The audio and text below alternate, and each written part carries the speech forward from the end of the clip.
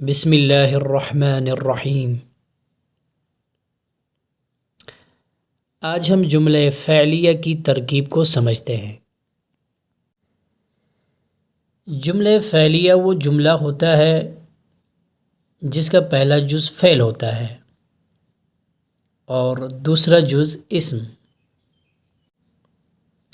فعل مسند ہوتا ہے اور اسم مسند الیہ، یعنی وہ فعل اس اسم کی وجہ سے وجود میں آیا ہوتا ہے۔ فعل کو ترکیب میں فعل ہی کہتے ہیں اور جس اسم کی وجہ سے وہ فعل وجود میں آیا ہو اس اسم کو فاعل کہتے ہیں۔ فاعل ہمیشہ مرفوع ہوتا ہے۔ فی الحال مرفوع اس اسم کو سمجھے جس پر ایک پیش یا دو پیش آتے ہیں، جیسے عمروں کے آخر میں ایک پیش اور زیدن کے آخر میں دو پیش آئیں گے جب یہ فاعل ہوں گے۔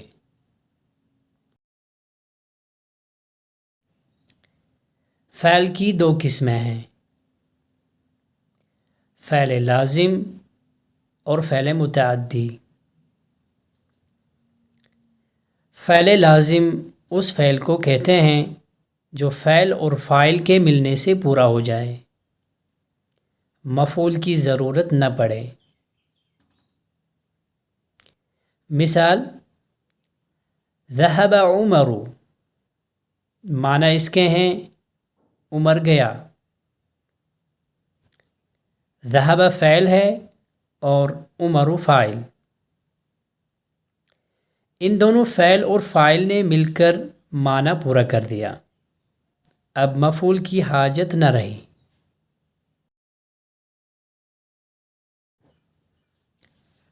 اب اسی جملے فعلیہ جس میں فعل لازم ہے ترکیب کرتے ہیں۔ ذہب عمر میں ذہب فعل، عمر فاعل،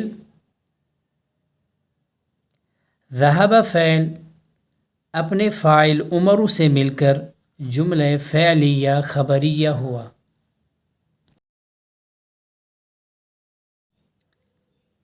فعل کی دوسری قسم ہے فعل متعدی۔ یہ وہ فعل ہے جو فاعل اور مفعول دونوں کے ملنے سے مکمل ہو جائے۔ اگر صرف فاعل کو لایا جائے تو معنی ادھورا رہ جائے گا،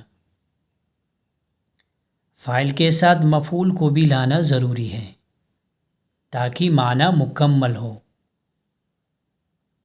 مثال قرأ زید درسا، معنی اس کے ہیں زید نے سبق پڑھا۔ قرأ زید درسا میں قرأ فعل،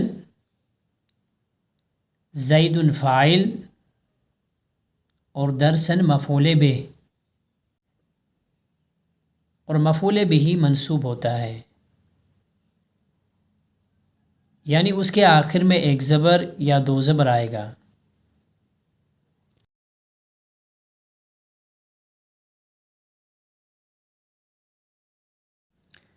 اب ترکیب کو دیکھیں۔ قرأ زید درسا میں قرأ فعل، زید فاعل اور درسا مفعول به۔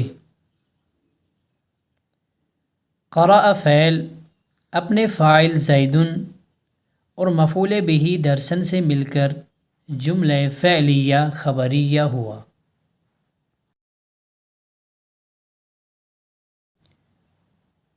ان دو جملوں کی ترکیب کیجیے۔ سافر خالد، خالد نے سفر کیا۔ قرأ التلمیذ الکتاب، طالب علم نے کتاب پڑھی۔